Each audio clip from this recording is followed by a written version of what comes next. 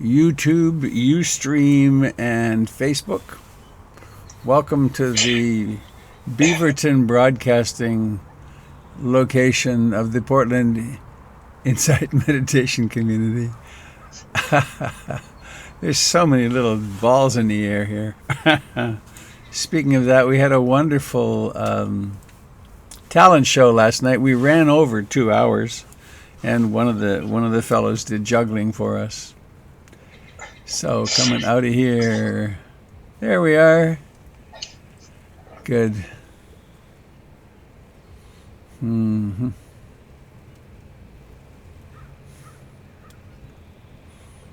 Well. Oh, yeah. You know how tents are, they get pretty hot. I don't mind. Yet. Ah, there we go.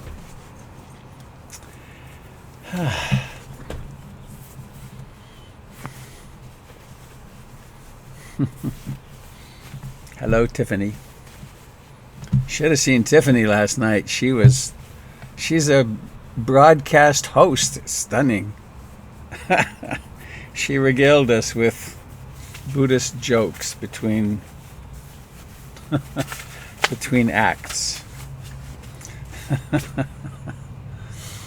Yes, if you could call them that. I beg your pardon? I said, if you can call them that. They were acts. We did. I think. No, the jokes. If you could call them. Oh, the jokes. Some jokes. Yeah, some were better than others. Well, they're Buddhist jokes. Mostly groaners.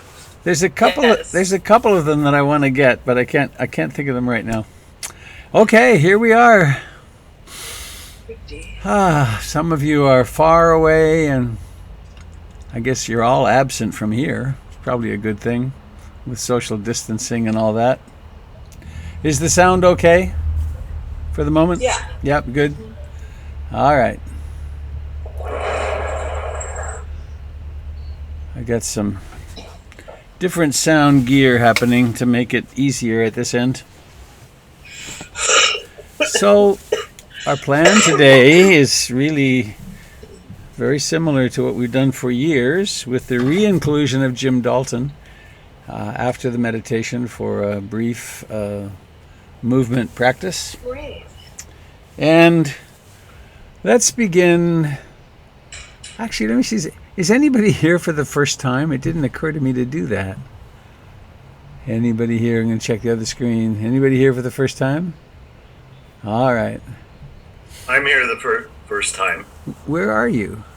Oh, you're Dale. Hi. Dale in Squamish. Oh, how nice. We've met on Quadra Island a few times. Aha. You know, if you turned your camera just a little bit there, suddenly you appear. Ha. Oh, I did short order cooking in the Squamish Hotel 50 years ago. Oh my gosh. Yeah. I was on It's changed a bit. I was on a 3-month climbing and skiing expedition, and we stayed there, and the cook didn't show up, so I cooked for 3 days. It was fun. I can scramble a quick egg. Good. All right. Squamish. What a place you picked to live. That's pretty fancy, pretty lovely. It is. Well, we got grandkids here. That was the reason. I understand that. Okay. So,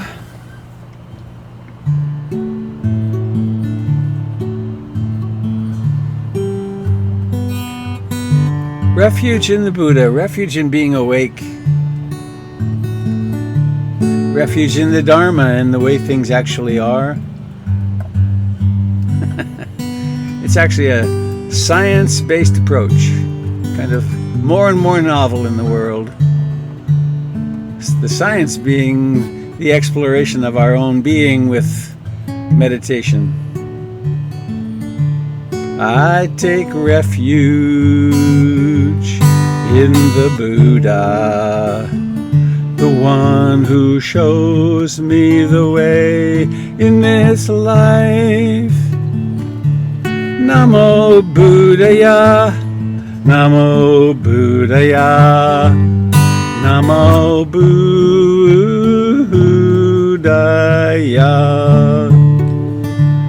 I take refuge in the Dharma, the way of understanding and love.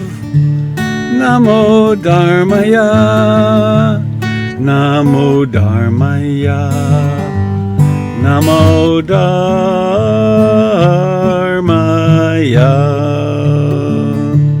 I take refuge in the Sangha, the community of mindful harmony. Namo Sangaya, Namo Sangaya, Namo Sangaya.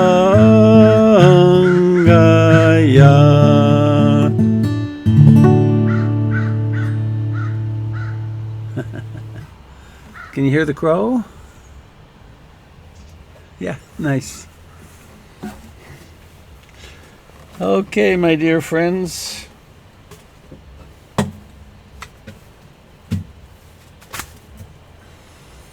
Happy Easter! I called my son. I did a FaceTime call with my son, and my grandson was eating Skittles off the table like he got the candy this morning, all right. So, I'm actually going to reflect upon Buddhism and Easter and how the stories are really the same. They're different fingers pointing at the moon, and there's only one reality. So all of our religions are different metaphors. Some of them, we've had experience with, and many not. So here we are. Let's do what human beings have done for thousands of years in a very organized sort of way and a knowledgeable way since the time of the Buddha, at least. So let's stop.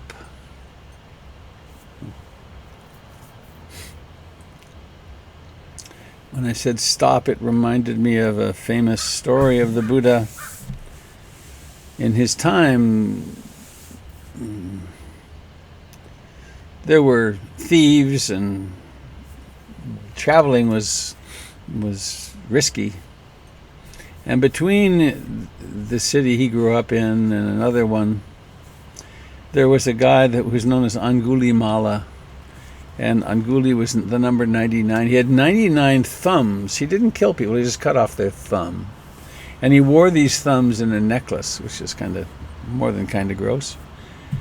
And people complained about him, of course, and the Buddha decided to go out and stop this madness. And he went out into the forest, and Angulimala saw him coming. And he yelled, he saw something about the Buddha. It's like, I shouldn't mess with this guy. And he called out, you mendicant, you wandering person,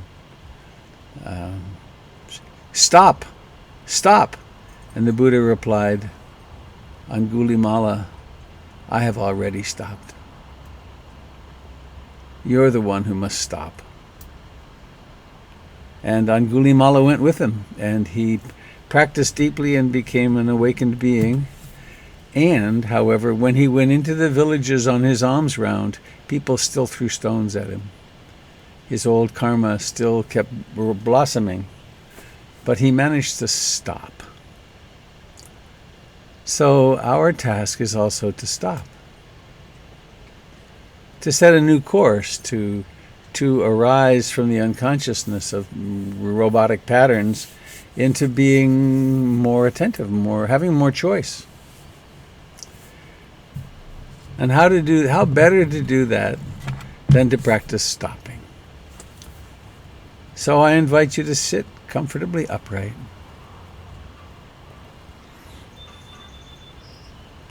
and to look around. This is the place where you actually sit right now. It won't be forever. This is your campsite for today, for this period of your life.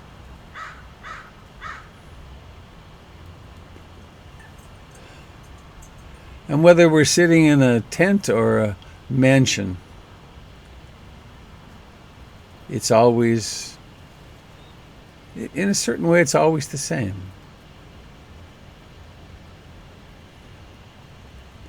As soon as we close our eyes, the mansion isn't there.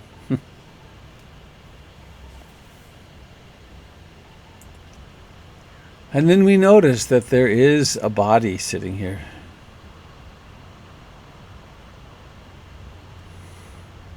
When you let your eyes close, the vision disappears, objects disappear.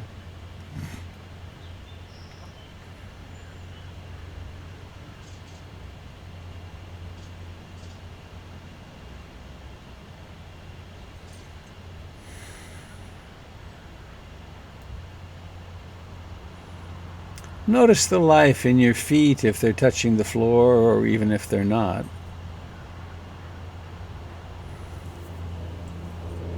Notice the life in your legs, in your pelvis, in your back and torso, your sides, your abdomen and chest.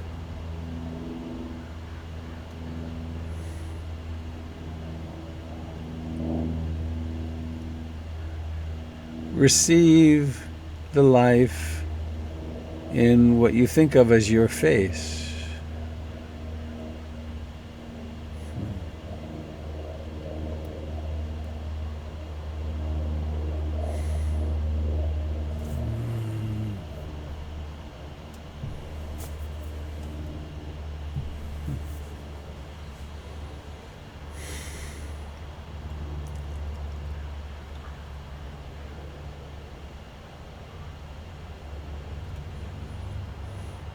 Notice the life in your lips, in your tongue.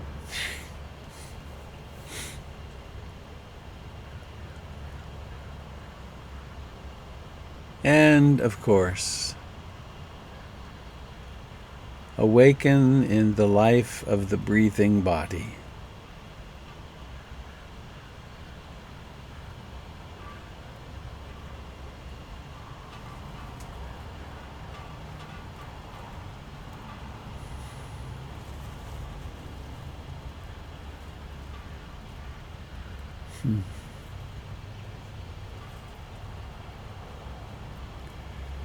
Such a trusty old friend. Ever since that first moment when your mother couldn't breathe for you and then you took in that gasping first breath,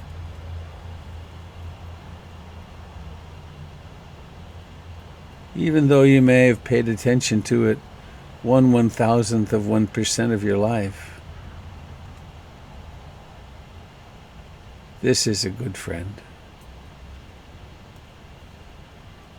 And your breath will be with you until your last breath.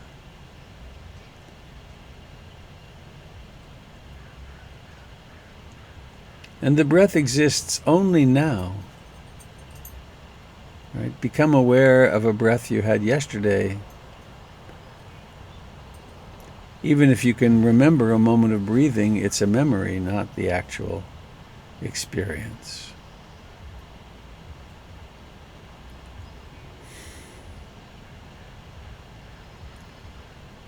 So climb into the breath as if it were a hammock, specially set up for you.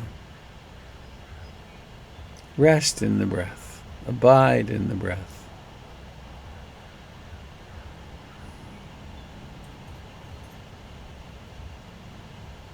Notice how it starts and ends.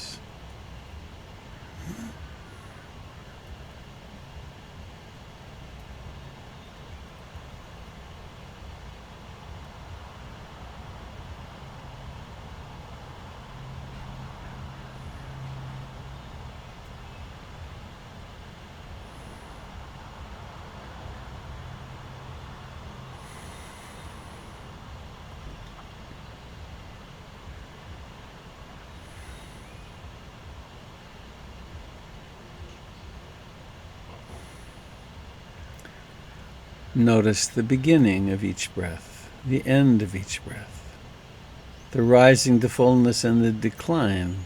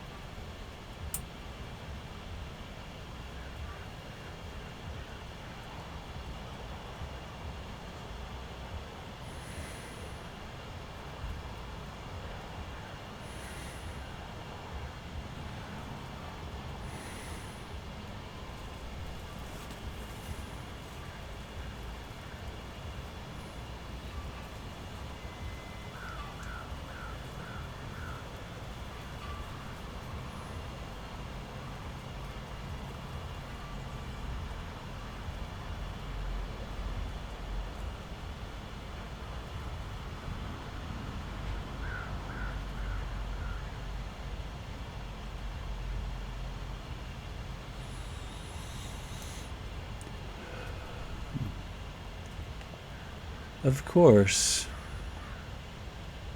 the mind probably presents some thoughts or some memories, some plans, some worries, some obsessions, or maybe some quiet. Whatever happens,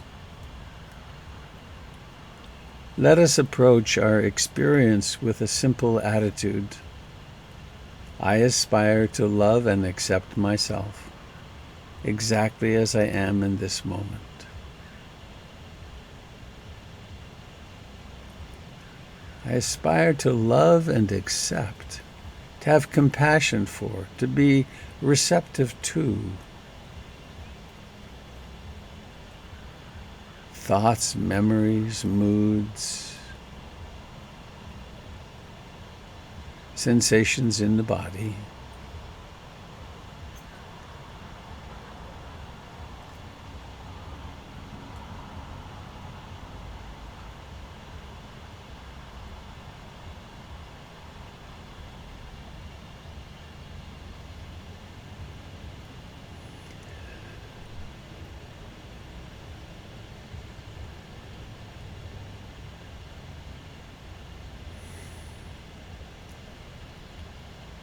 If you've been practicing daily, maybe even just since the beginning of these broadcasts, you may be noticing a difference.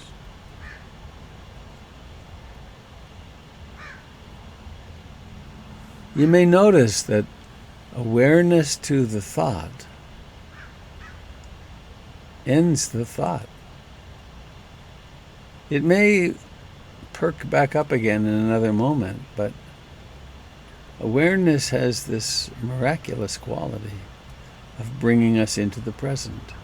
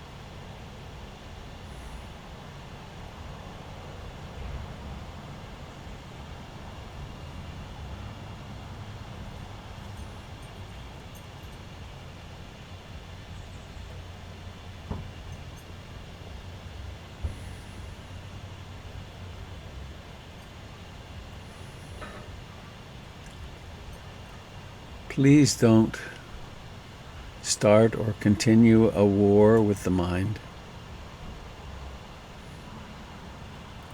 It's pointless.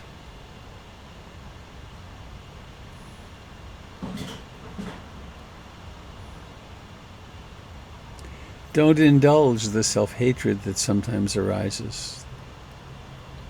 I should be doing this better, or oh damn, I'm thinking about this same thing. I don't want to be thinking about this.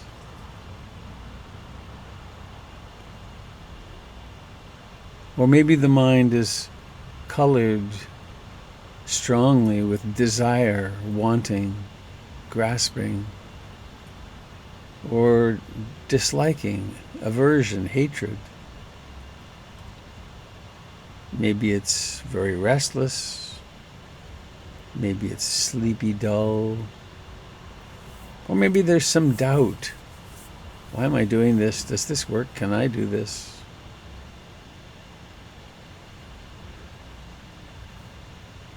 Is this a teacher I can trust with the basic training? These are all normal experiences.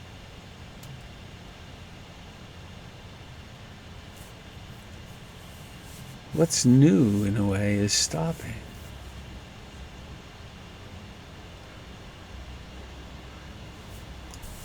Even a little bit of recognizing thoughts as thoughts has a huge impact on our freedom, our true freedom. Freedom from identifying with the mind. So stop. Come home to breathing in and breathing out.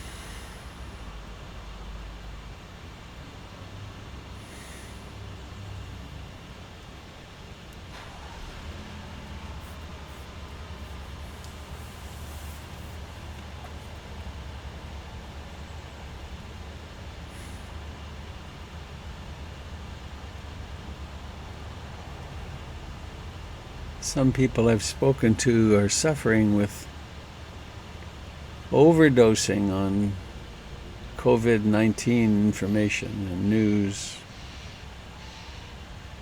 Find themselves anxious in meditation.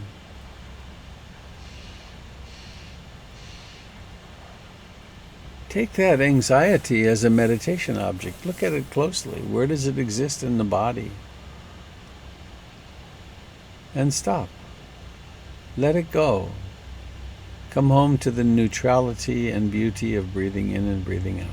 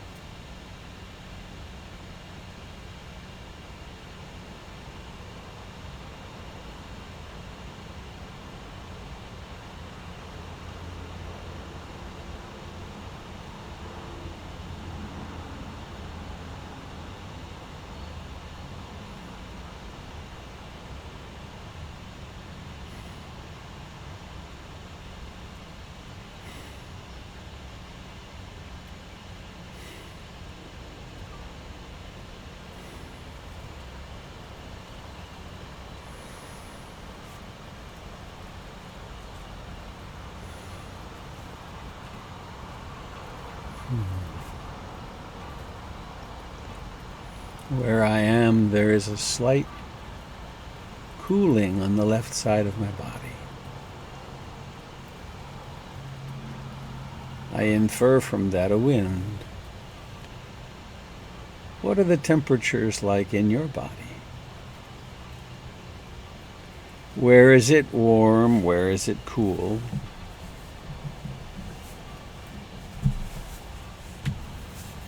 Where is it mostly neutral, undecided?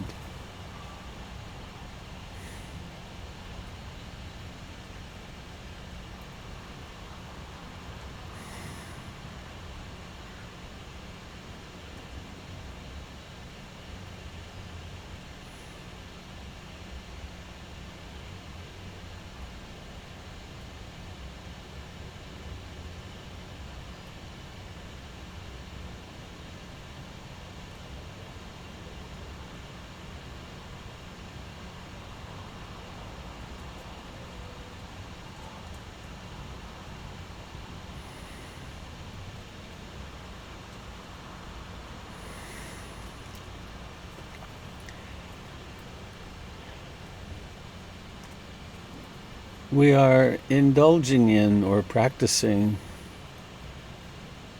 cultivating intimacy with life.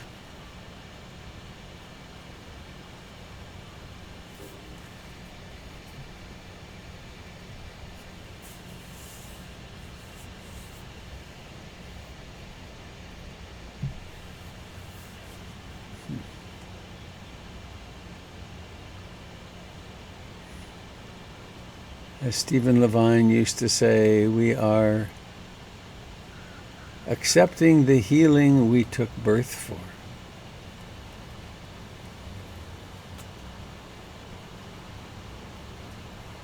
And it can only occur through being here profoundly, richly, multidimensionally.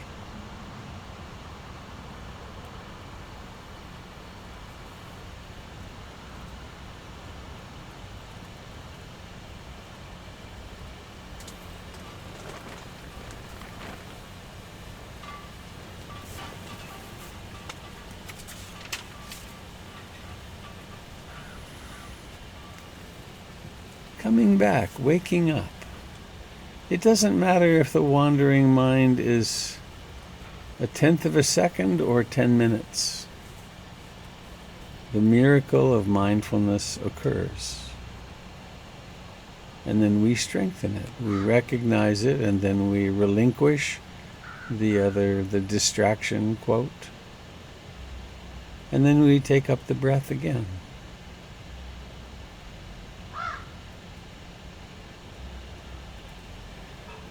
Now, if your concentration happens to be strong, oops, daisy. Forgot to turn off my phone.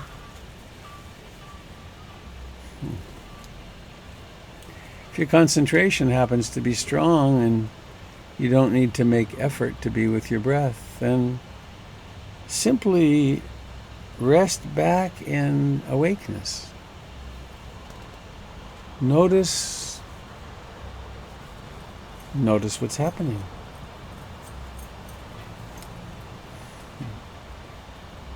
A thought arises, a sound arises. The breath begins.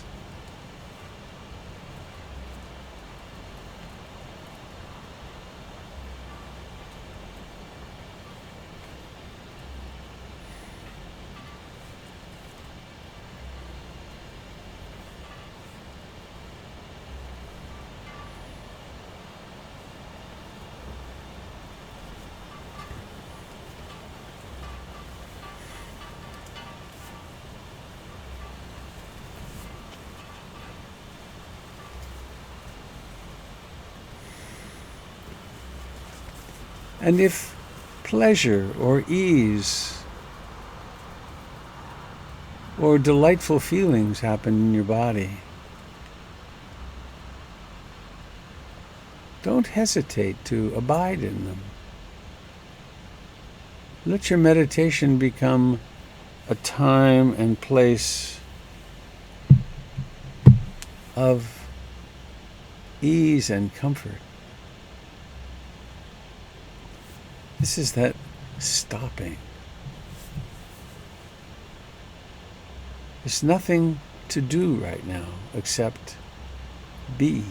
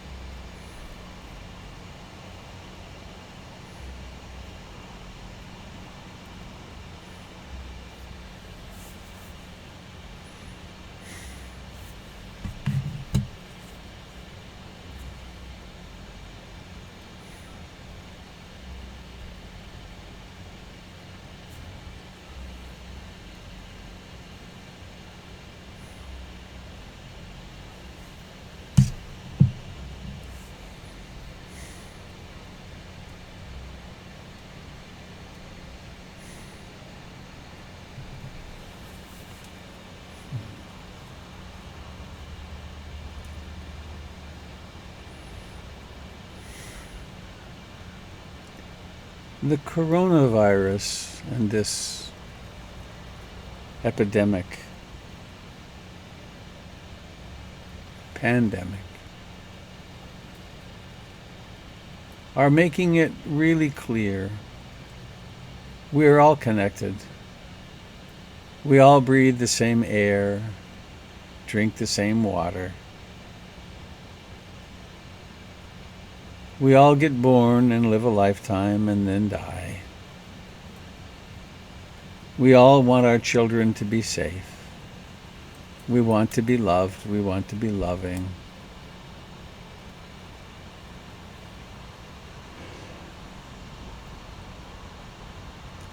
There's some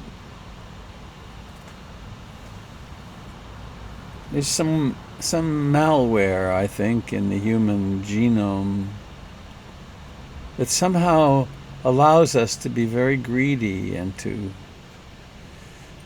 amass more and more wealth and not share.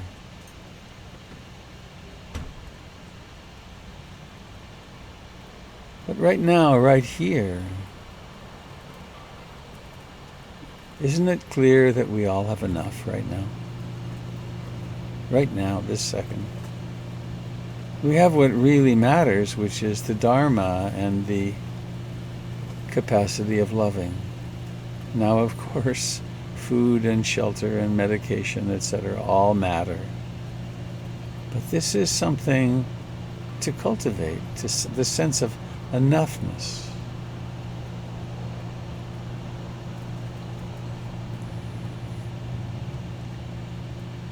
And as we begin to end this time together, this sitting time, please imagine a golden or white Buddha or Kuan Yin sitting in your heart. Or just imagine the energy in your heart, or just imagine your wish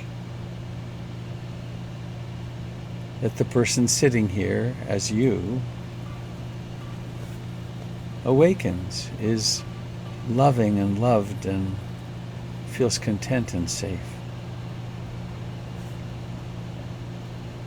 And then letting this energy grow until your whole body becomes that Buddha, shaped exactly like you,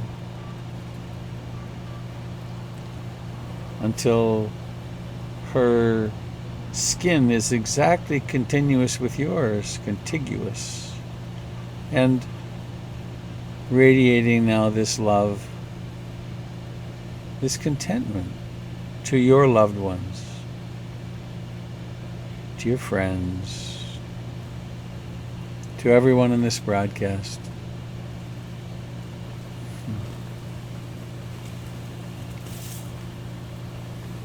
In fact, to everyone on this planet. And maybe take your hands and focus the palms outward. Imagine these palms as great radiators of love and compassion. There are people dying of COVID today. There are their families. There are 150,000 other people dying today on the earth, just normally. There's babies being born. Kate Staples' daughter had a little baby. I don't know about the gender. Just 2 days ago. To the babies, to all of our friends, our relatives of wings and the trees and the ground and underground and in the water, let us relax back into our interbeing. Softening, and then, when you're ready, noticing the fact that you can be aware of your eyes in their beautiful soft sockets. You can roll them around a little bit and prepare to then, with intentionality, roll back those eyelids and see.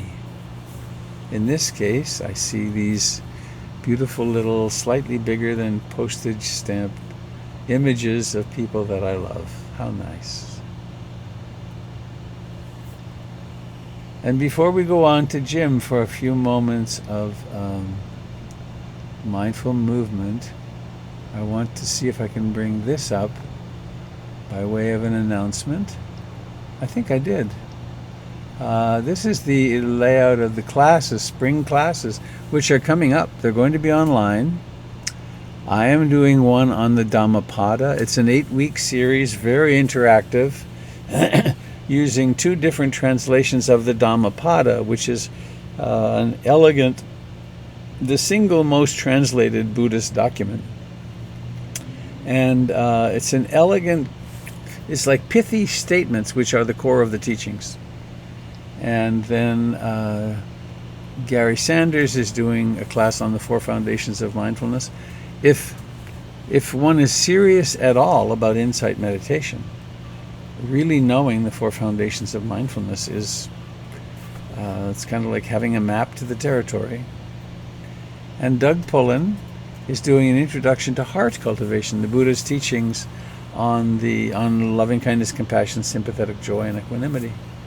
So these are all there on the website. You can, here's the blurbs about the teachers. You can go there and find that.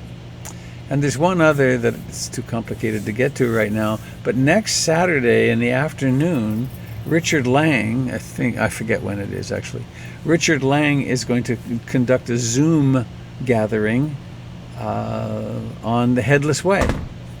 And I highly recommend that. Richard is a very fine teacher, and that perspective is very useful for bringing us into the present. And now, Jim, I'm going to offer the control to you for a little bit of movement. Hang on. Do you need unmuting? No, there you go. No. So, welcome to Qigong. whatever day it is, the 12th of April. I've been discovering a new way of avoiding touching my face. It has to do with right intention and right effort and Qigong. So at the beginning, let's just take a breath and get centered again, as if you're leaning. I'm sitting on an exercise ball, so I'm a little bit bouncy, but I'll try to restrain myself. And I'm going to lean back a little bit as if I'm leaning towards a tree that's supporting me. I'm bringing my shoulders back and taking a nice full breath. And then get into this right intention and right effort, how to avoid touching the face. I'm going to raise my hands and curl my fingers. I'm going to curl 3 fingers and not curl the index finger. We'll come back to that in a minute. But the thumb and the 3 fingers are holding a ball of energy. So just for a moment, intend to hold this ball of energy with these 3 fingers and the thumb. The intention to attend to a ball of energy will bring energy to your palms, and you'll have the sensation of holding a ball of energy. And you know, the research on the brain says we can't multitask. Well, that's talking about the mini me here between the eyes and between the ears. That little mini me, that small self, can't multitask. But there's no problem for awareness. Awareness can hold this dynamic sphere of energy that's held gently by 3 fingers and a thumb.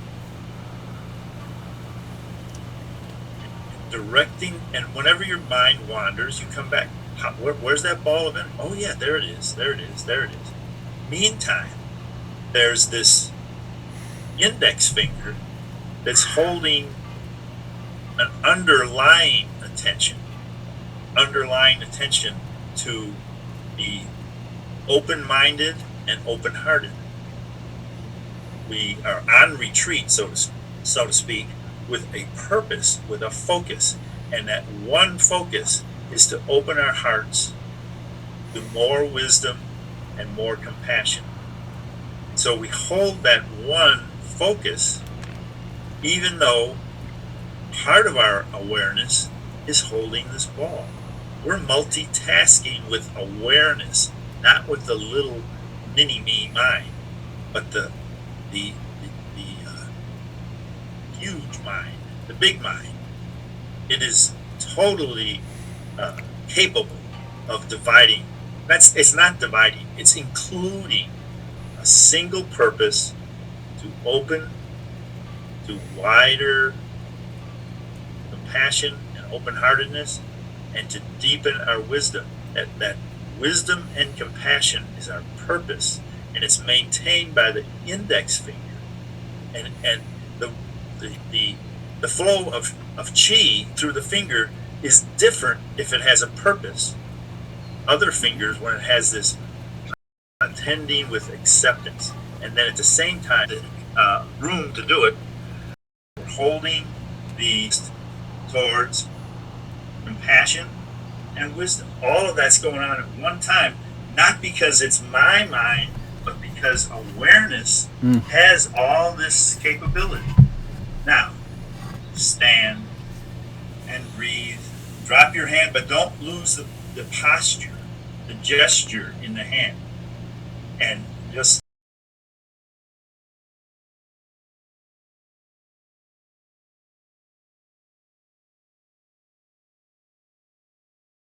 imagine you're walking down the street with your hands partially open, partially intending, and you're going to take a 15-minute walk, and you're not going to touch your face. So as you start walking, the flow of chi into the arms from the earth is tangible. It's solid. It doesn't waver. It's just flowing.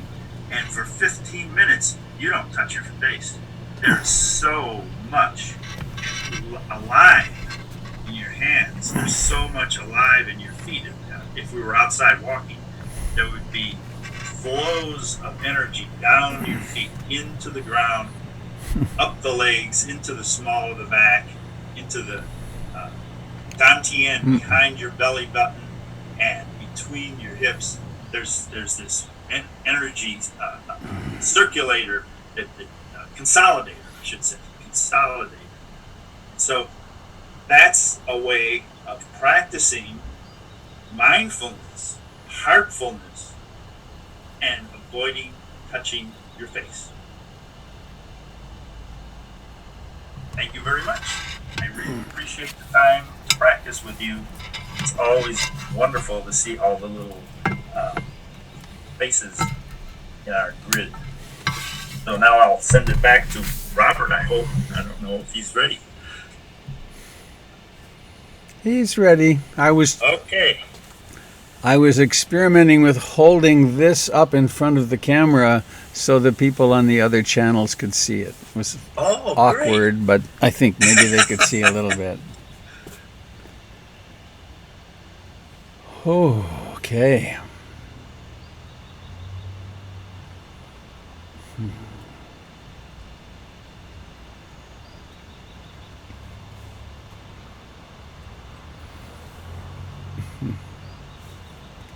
We have, PIMC has 2 channels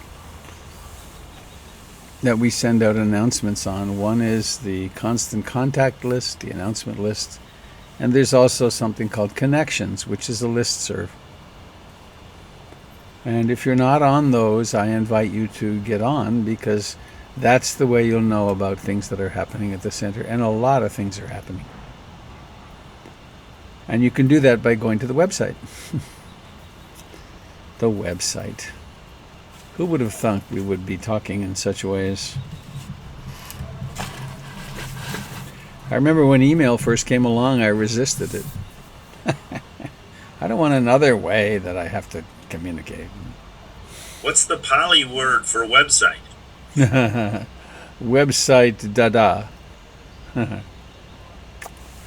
So I'm going to stop speaking for a few moments and go inside, and then I have a few things I want to share with you.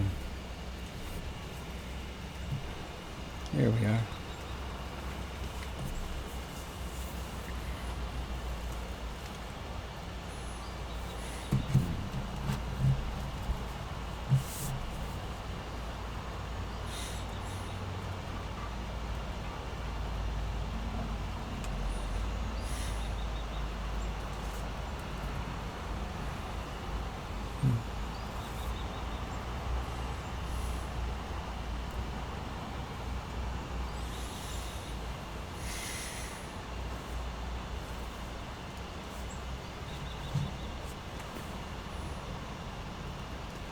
We human beings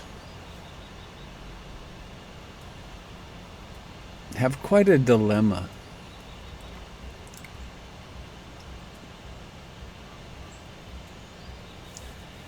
We're born, we're conceived. And then if everything goes right, we're born. We take that first gasping breath. And then we go through somebody training. We learn how to be somebody, and it's essential that we do learn how to do that. So we come from the mysterious universe, and we take form, and then we get trained, and then we become someone, and then we live a lifetime having experiences which are pleasant and unpleasant. Some of us always have enough food, and some of us don't, and some have loving parents, and some have abusive parents, and Some have neglectful parents.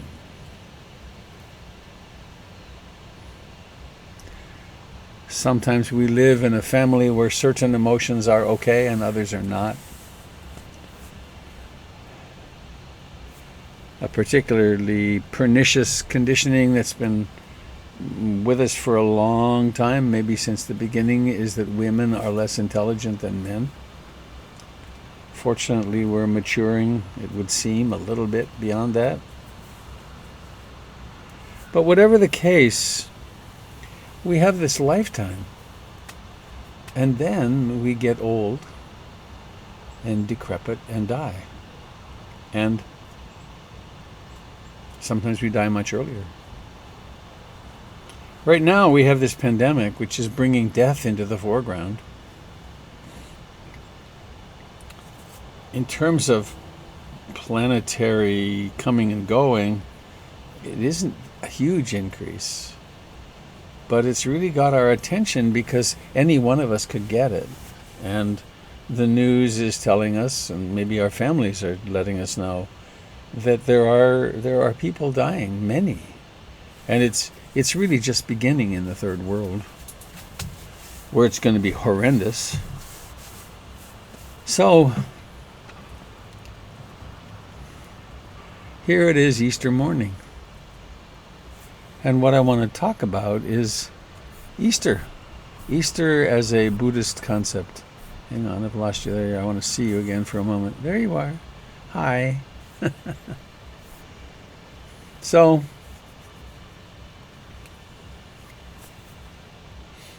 one might ask, or might even react, oh no. When I said, oh God, Easter. An Easter talk. I didn't come to this Buddhist center to hear about Easter. Well, this isn't really a talk about Easter. It's about the archetype of awakening. And I had a Catholic childhood, a partial dose. My father was a Baptist, but he never went to church. But my mother was Catholic, and I went to Catholic school until grade 4. Grade 5 is when I changed, and I left because I was being abused by the Christian brothers, and my sisters were being treated equally badly, or worse actually, because my father sold smut. He sold Batman comics, which was the worst, and Playboy. He was a distributor of those in Montreal. So around age 16 or so, that was falling apart. And I became an adherent of the Church of the Great Blue Dome, which is above us right now. And that was really important, and kind of like a Taoist. I discovered the Tao Te Ching, and that was very useful. And then in my 20s, blessedly I discovered the Dharma in India. And I practiced that for a long time. I was in a cult for 5 years, a Buddhist cult, and then I was here in Portland teaching. And I was introduced to 2 retreats at the Maryknoll Sisters Monastery or Convent in Tacoma. And they were retreats with Father Bernard McVeigh, the abbot of the local Trappist monastery, and Robert Aitken Roshi, who is now quite long deceased, but was the first American Zen master. And we did these, I forget how long they were 5 or 7 days, maybe longer, of Zen Catholic practice. And we had readings from the Catholic mystics who I'd never heard of. Henri de Caussade and Saint Teresa of Avila. It blew my mind that there were these writings that I could understand a little bit from my decade of Buddhist practice. And the key point I want to come to here is that the first afternoon at 4 o'clock, we had a short mass and communion at 4 o'clock on each day. And I walked into the church, and I looked up, and there was Jesus on the cross, of course. But this was not any Jesus on the cross. This was the Jesus on the cross of my childhood. It came from the same production line. It had the wound in the side and the blood and the halo of thorns and the blood, and it was potent. And I fell to my knees sobbing because a translation had happened. I understood in a heartbeat that image of Jesus on the cross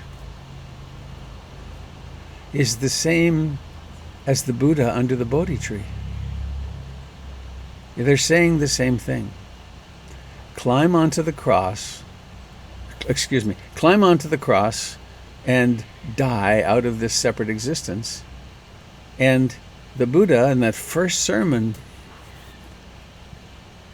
if you're going to incarnate, you're going to suffer and die.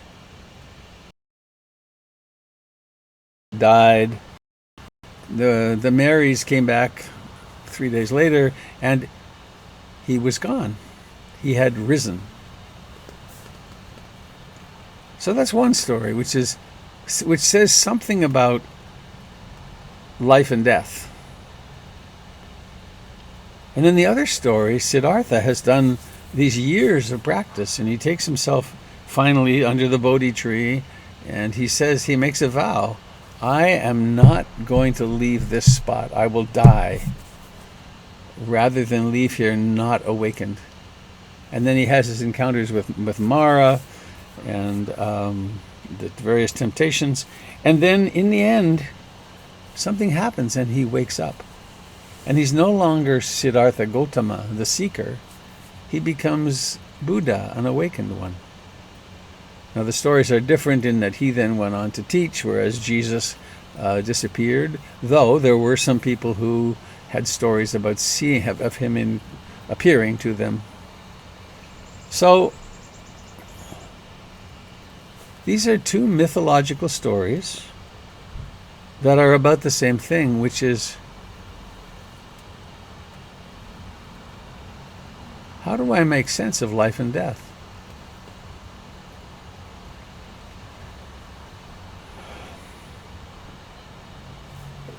It's my deep belief that the root of our anxiety, I'm touching my face, Jim, help me.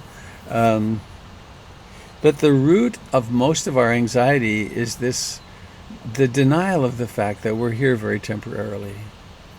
And so there's all the Buddhist practices are so strong in turning toward the reality of death, and we're having opportunities to do that right now with the coronavirus. So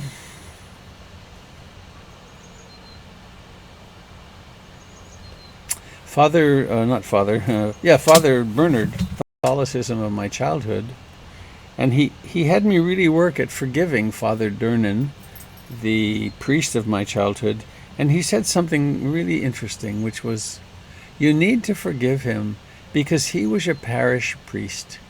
He had no mystical training at all. Now, there's a reality about Buddhism that I learned when I was there 35 years ago, 40 years ago. And the great meditation teacher with whom I got to speak said that less than 5% of the monks meditate. The forest tradition that we're so fond of is a fountain of meditators. But Buddhism in general isn't about deep spiritual training. It's about generosity and kindness and compassion. It's very lovely stuff. But the mystical strain, the strain that emphasizes practice and wake up, practice and become a Buddha, is a rarefied and beautiful one. So, hang on here.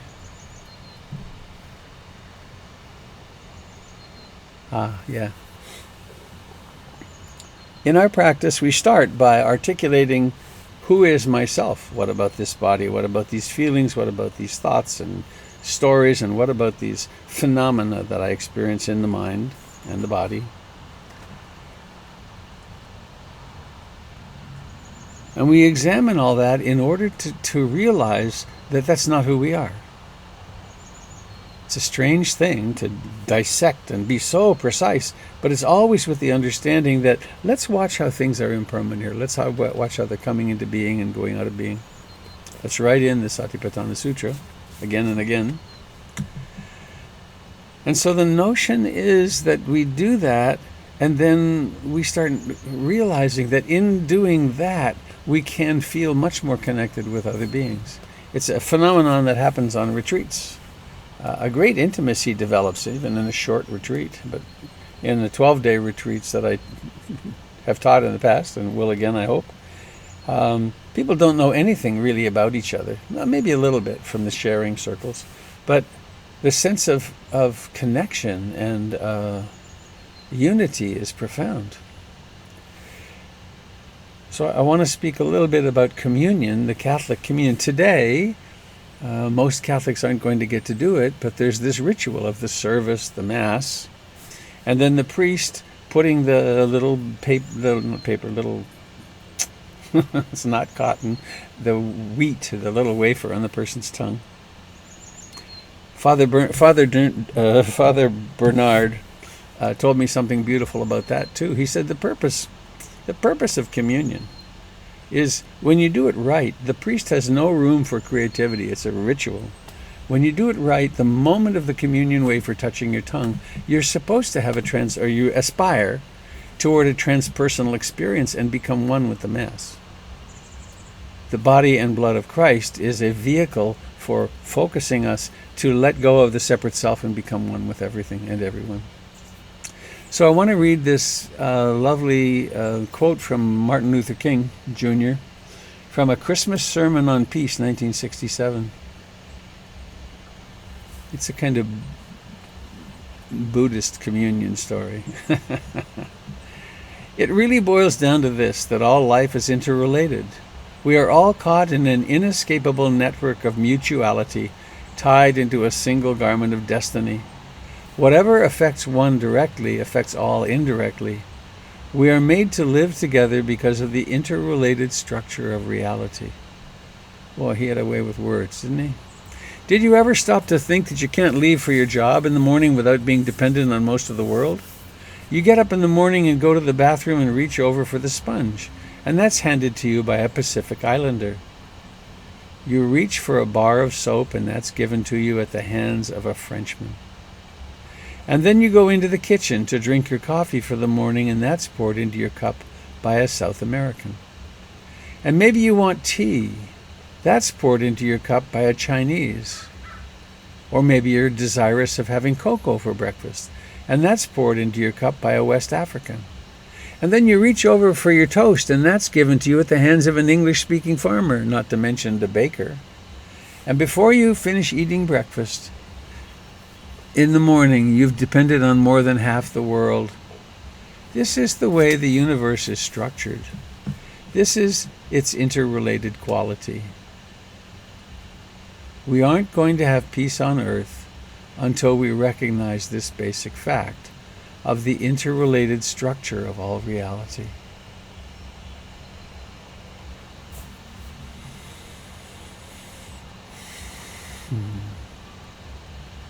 Thich Nhat Hanh taught a really lovely practice of, let's say you're going to have a piece of broccoli. To imagine that broccoli as it was in the kitchen, and take it all the way back to the little plant that began to emerge from the ground, and then watch it grow into a broccoli plant, and then the broccoli itself beginning to emerge, and then someone comes along and cuts it and carries it and packs it and puts it into freezer, cold storage, and then it goes to a truck, and then it comes to your table. Thousands of people involved in that piece of broccoli, and the broccoli itself dependent upon the sun and the rain and so on. And the thousands of years of the soil developing its tilth, its capacity of bringing forth food. So here we are, Easter morning. Lots of people on the planet of a particular persuasion, Catholic or Christian, finding this tremendously meaningful. Frustrated today, difficult. And here we are in this moment of aliveness with this understanding of the possibility of learning to live on both sides of the birth-death paradox. To hear mystical teachers of all traditions, but the Buddhist ones are very, very clear in their encouragement. Practice. Really practice. Practice every day. Practice all day. Do your practice and avoid touching your face.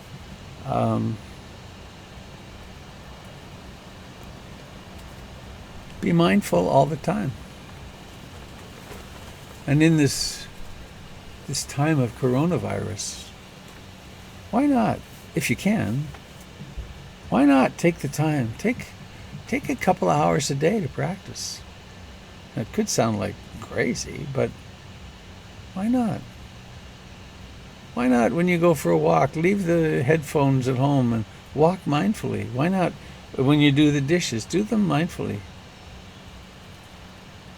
Fertilize, strengthen the capacity that you have to be awake and to develop enough concentration that you can actually really see what's happening. I was up early this morning as always, and quite a quiet mind, quite a lot of spaciousness. I sat for, I don't know, a long time, and it was so interesting watching as there's this parade of things to do. Like, oh, I forgot that. Oh, I forgot that. I've got to do this. Oh, I've got to get this. And each remembrance had a little stress in it. And it was such a relief to let it go. So, thank you. I'll hope I'll remember later.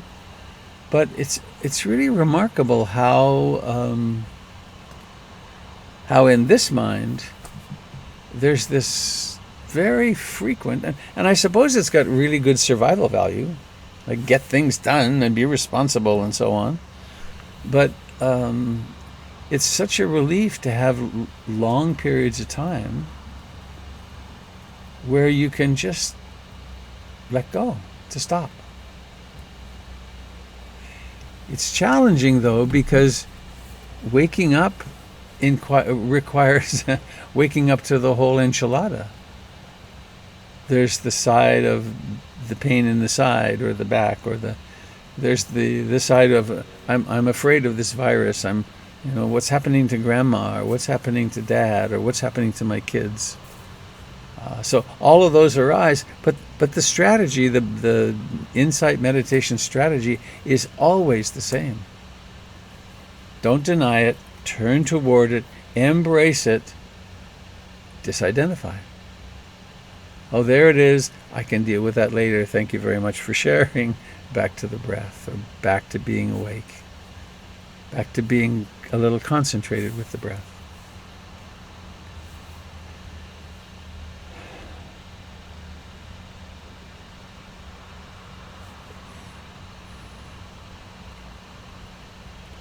So I think that's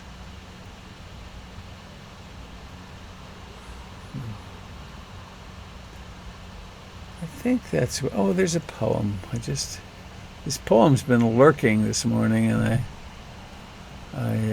can I find it? Impermanence.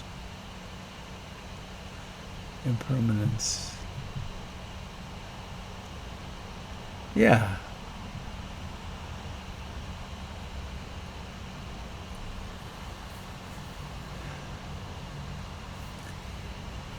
If one, I forget who wrote this, Marilyn Robinson. If one should be shown odd fragments arranged on a silver tray and be told, that is a splinter from the true cross, and that is a nail paring dropped by Barabbas, And that is a piece of lint from under the bed where Pilate's wife dreamed her dreams. The very ordinariness of the things would recommend them. Every spirit passing through the world fingers the tangible and mars the mutable, and finally has come to look, but not to buy. So shoes are worn and hassocks are sat upon, and finally everything is left where it was. And the spirit passes on, just as the wind in the orchard picks up the leaves from the ground, as if there were no other pleasure in the world but brown leaves.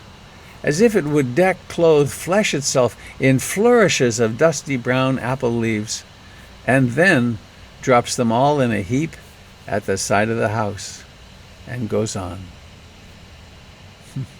Wow. Can I find you again? Where are you? There you are. Yay. So, thank you for being here, dear friends. Thank you to those of you that are on the other streams. And I want to follow the opportunity to open the channel to you to share, to speak about what I just spoke on, or ask a question, or whatever is important in this moment. Peter says Easter's the only time. Oh, I can't find it anyway. I think it's a great gift. Easter is hope. Easter is also the only time it's good to put all your eggs in one basket. That's cool. Yeah, that's nice. Tiffany's showing there's a way of expressing applause and appreciation. Okay. How come I'm not hearing? Just a minute. Well, we'll see. When someone speaks, if I can hear you. You need to unmute everyone. Yes, there we go. Well, I don't want to unmute everyone because then we won't be able to hear. So, everyone is unmuted, I think. Oh, there we go. Thank you, Jim. Now I am muted. All right. I tried to unmute everybody. I'm not going to do that again. Oh, it doesn't work. No, individuals can unmute. But now Robert is muted as well, I believe. Yeah, I am. Hang on. Unmute my audio. There I go. Now I'm back. Okay. So, anything from you folks, please. I hear someone. This is Wally. Hello, Wally. Hello, somewhere out here in the mosaic. I wanted to. You're talking about the broccoli. My sons and grandsons live down in Salinas and Monterey, and we drive the back roads all the time between the two, and watch the armies, literal armies of people, walking out into the fields in columns of two. To go out and harvest the crops. We're talking maybe 70, 80, 100 people in one column. And then there's another field with another column like it. There are all other fields that have people standing behind machines, pulling crops off and putting them all in. These are the neighbors of my sons. And they work so hard. And they get paid so little.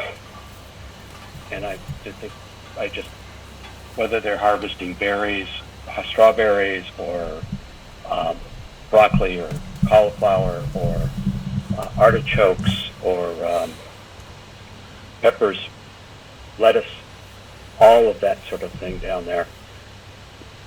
I think we all owe them a huge debt of appreciation because they are frontline workers too. Yeah. Done. Thank you.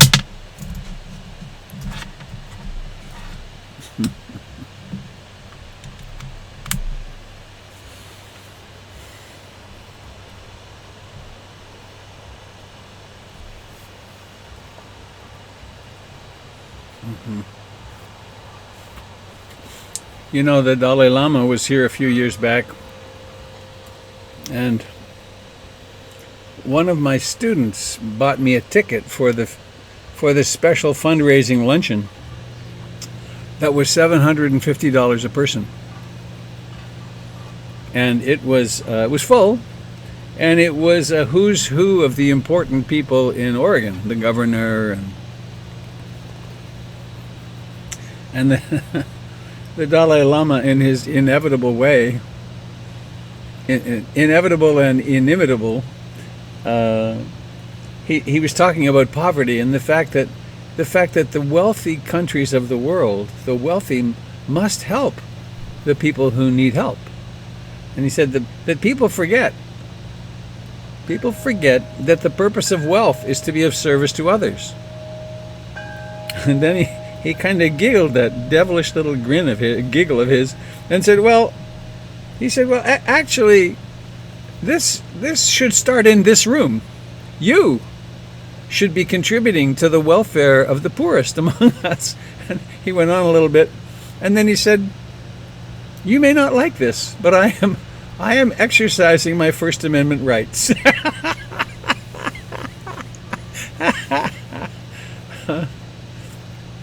It's fun.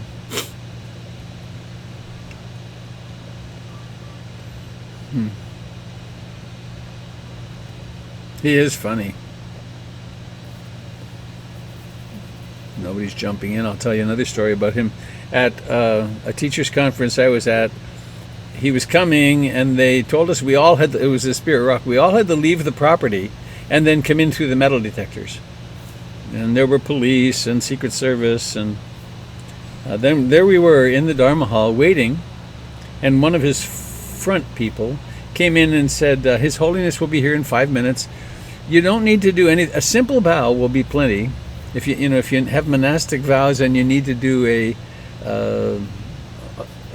deep bow, that's fine.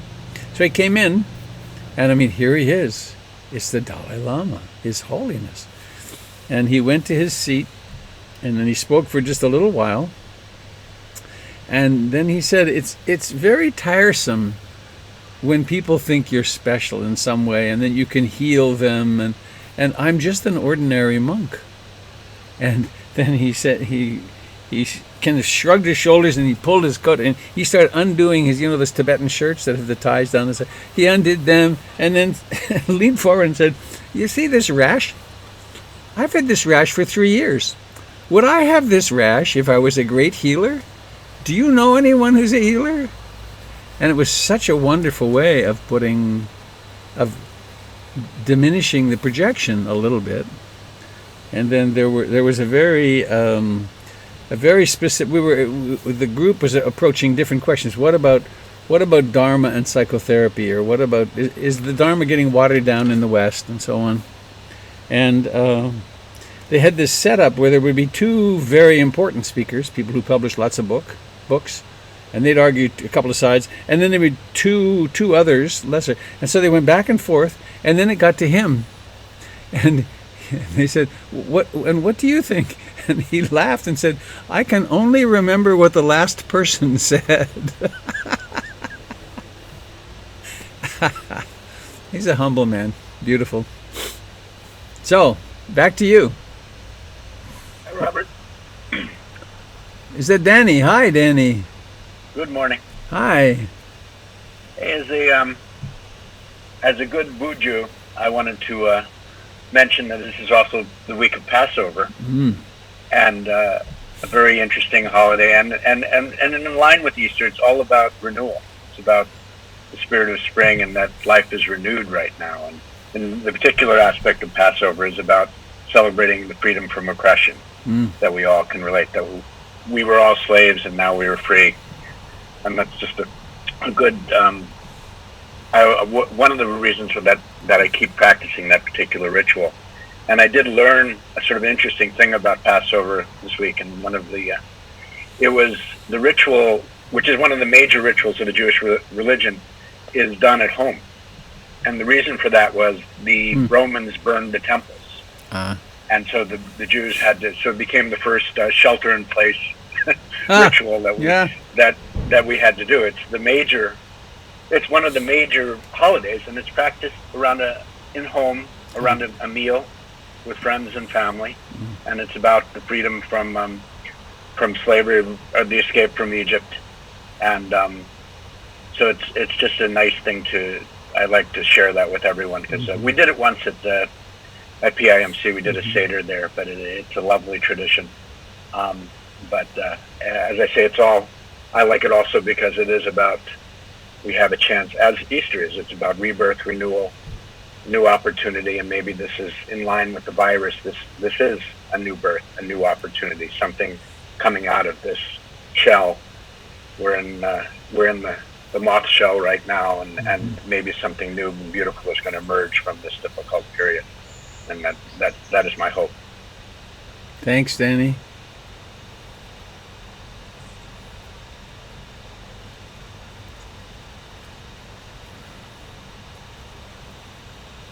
Hey, Robert, it's Paul. Can you hear me? I can hear you, Paul. Great. Hi, everyone. I'm really enjoying this talk on interbeing today because it was an important part of experiencing and facing what we're going through together. About a month ago, when the hoarding had started, well, more than a month ago now, but when I'd first gone to the store and I'd first experienced the hoarding and realized, okay, something big is going on here, it kind of really started to sink in for me. And so, of course, the anxiety kicks in a little bit. It's like, okay, did I underestimate what's going on, or I kind of started to check myself, and there were a couple of days of that worry and fear that kick in, and it was at a certain point, once the mind has gone through all its machinations, that it was a sense of interbeing, and being able to tap into that sense of interbeing and community around this. And it's not all love and light and moonbeams and unicorns and rainbows, because this is a grim and very serious situation, and yet here we are. I'm part of this, whatever it is that I am, this I that is so very difficult to find.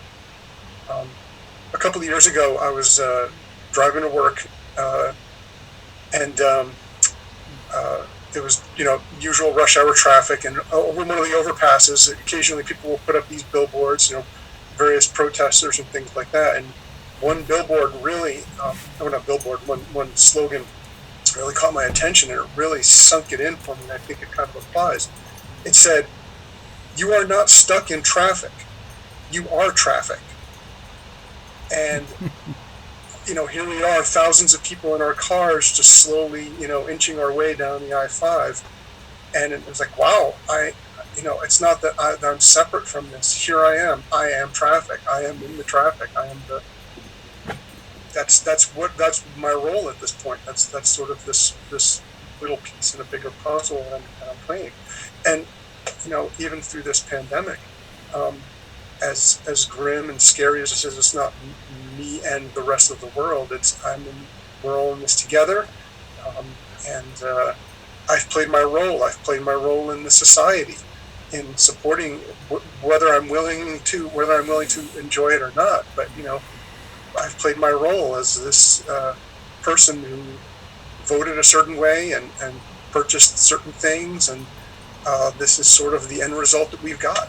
We're kind of, I'm part of this, and feeling like I'm part of it, even in the grim reality, was enough of a relief to sort of step away from it, to disidentify as a separate self from this.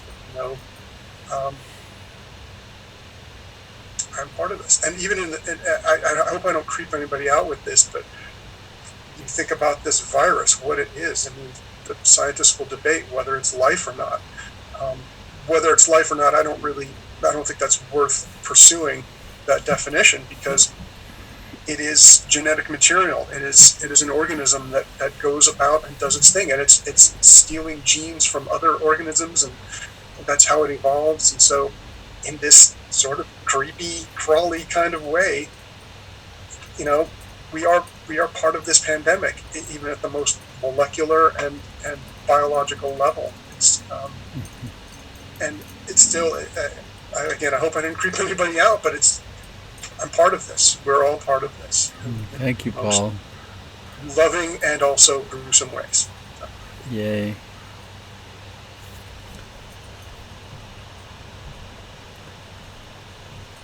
Anyone else? I hear some. Oh, it's Bryce. Hey, Bryce. Hi, good morning. This is kind of a rudimentary question, but I'd like a piece of guidance. A client of mine is really wanting to get into meditation, but he's really stuck in wanting to get it right and wanting to learn how to do it. And I'm struggling with how to kind of relieve him of that stress. I tell him things that make sense to me.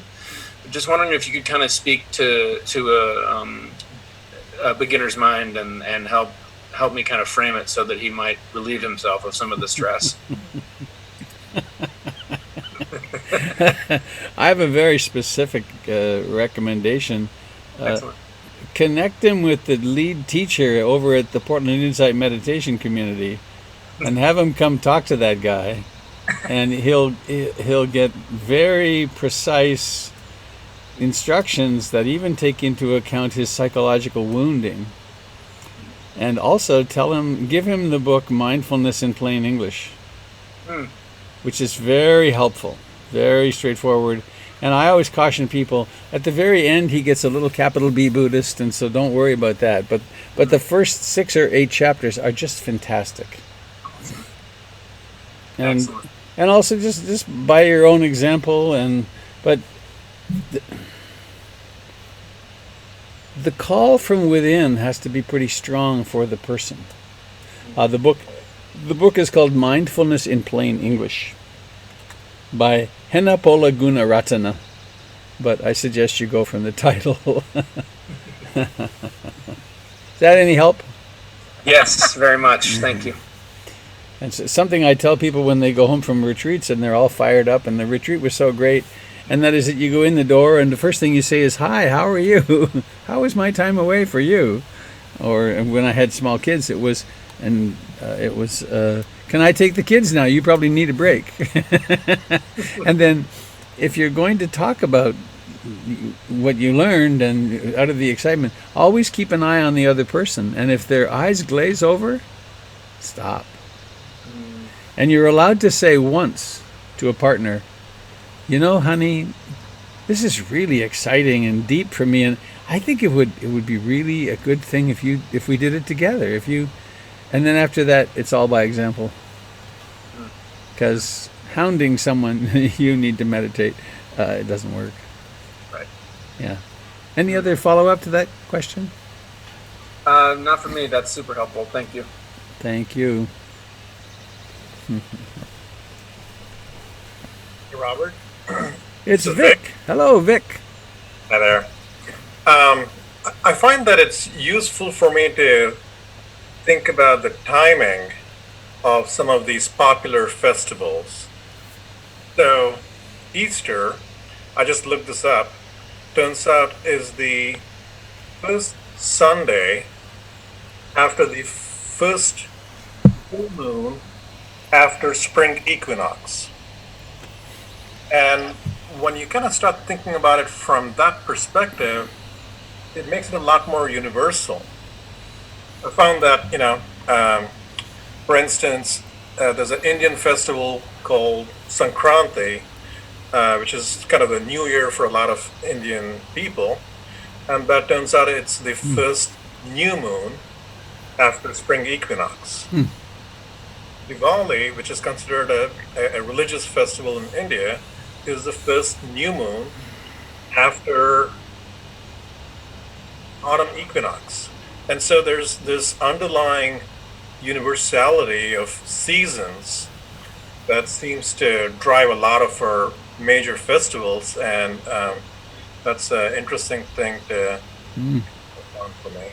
Thank you.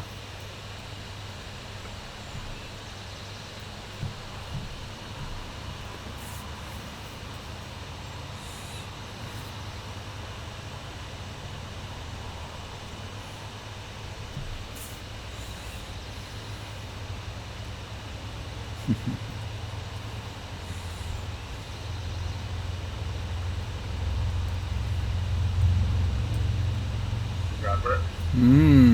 Yeah. Hello, John. Hey.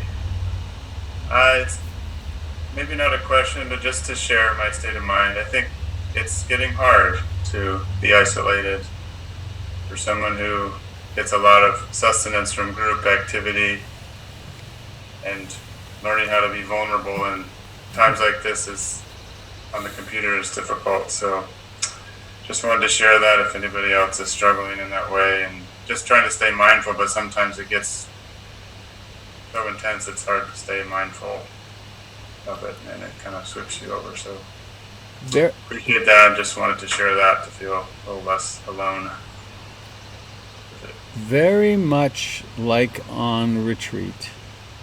Yeah. We're engaged in stimulus deprivation.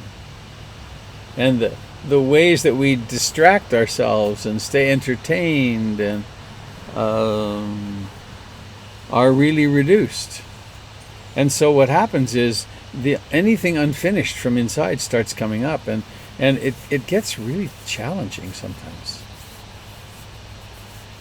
So one thing you might do is reach out to myself or to one of the teachers and request a Dharma consult, and you could do that for half an hour for no charge, and meet. Great. Thanks. Yeah.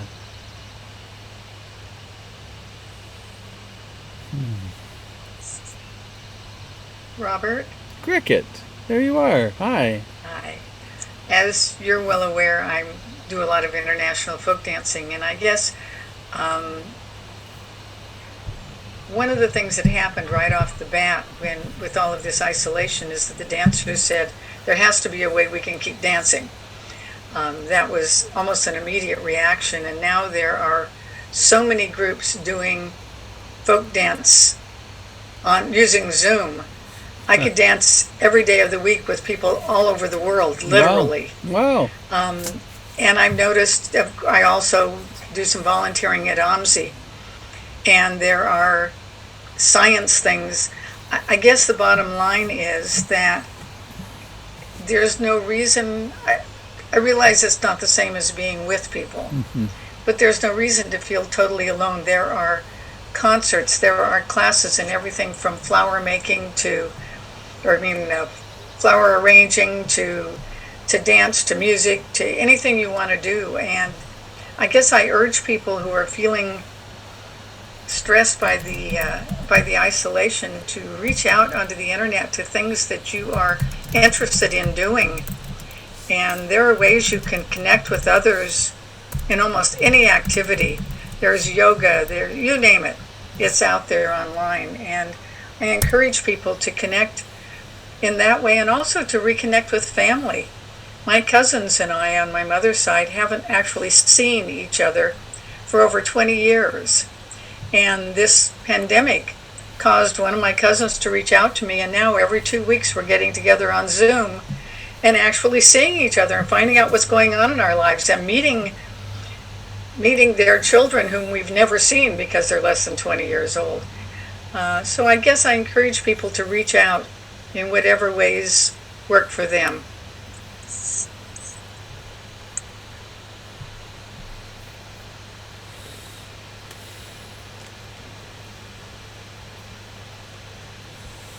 So I think I want to try for the second time an experiment,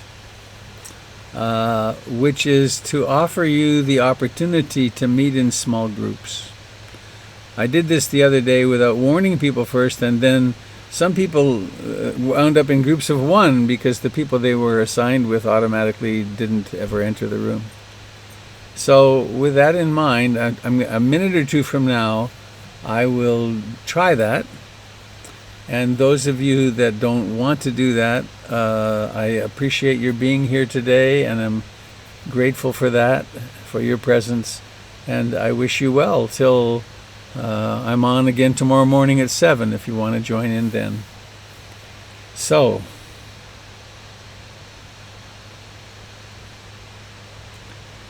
I guess maybe something as simple as, what are you learning about yourself from this time of pandemic? And I'm going to give you maybe 12 minutes. So let's hope it works, and I appreciate your trying. Oh, people are winking out. There they go. So Here we go. I'm going to try it now. Oh, that's not it. Hang on. Breakout rooms. 27.6. There should be 3 or so people per room. Here we go. I'll give you a warning a little bit before I bring you back. Create breakout rooms. There we go. Open all rooms.